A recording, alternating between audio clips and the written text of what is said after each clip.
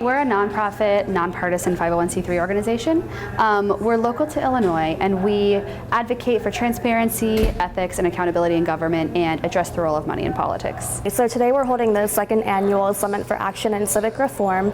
It consists of 4 events revolving around millennial engagement, super PAC spending, strategic solutions for social justice, and voter engagement.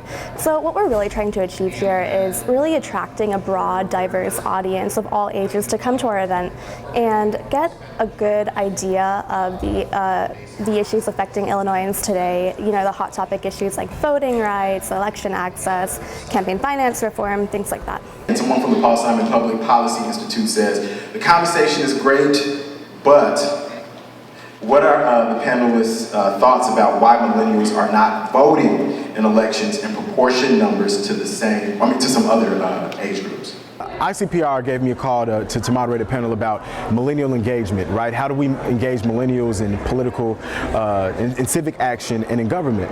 And we know now more than ever that they're using social media to organize when it comes to social justice. We know that issues like social justice reform are super important. We know that social media is being used in a crazy way to lobby for issues and to organize. Well, how do we firm all of that up and kind of pounce on that and create a generation that is continuously and intentionally civically engaged? Having, a year of planning it under my belt, I was able to really form some great panels, and that's not just picking the topics, but also finding the right people and finding a diverse set of panelists.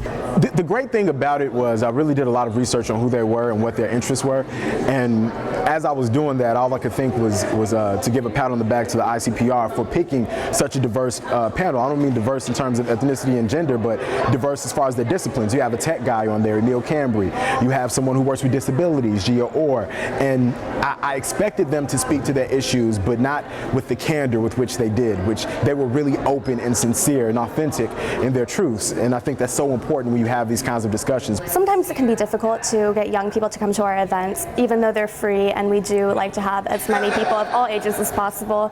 Sometimes, people are busy and they think that maybe the issues aren't related to them. I'm always interested in how I can do more to attract those people, because we're talking about issues that affect them, and these people are always smart enough to contribute to the conversation, and I want them to feel included and feel heard.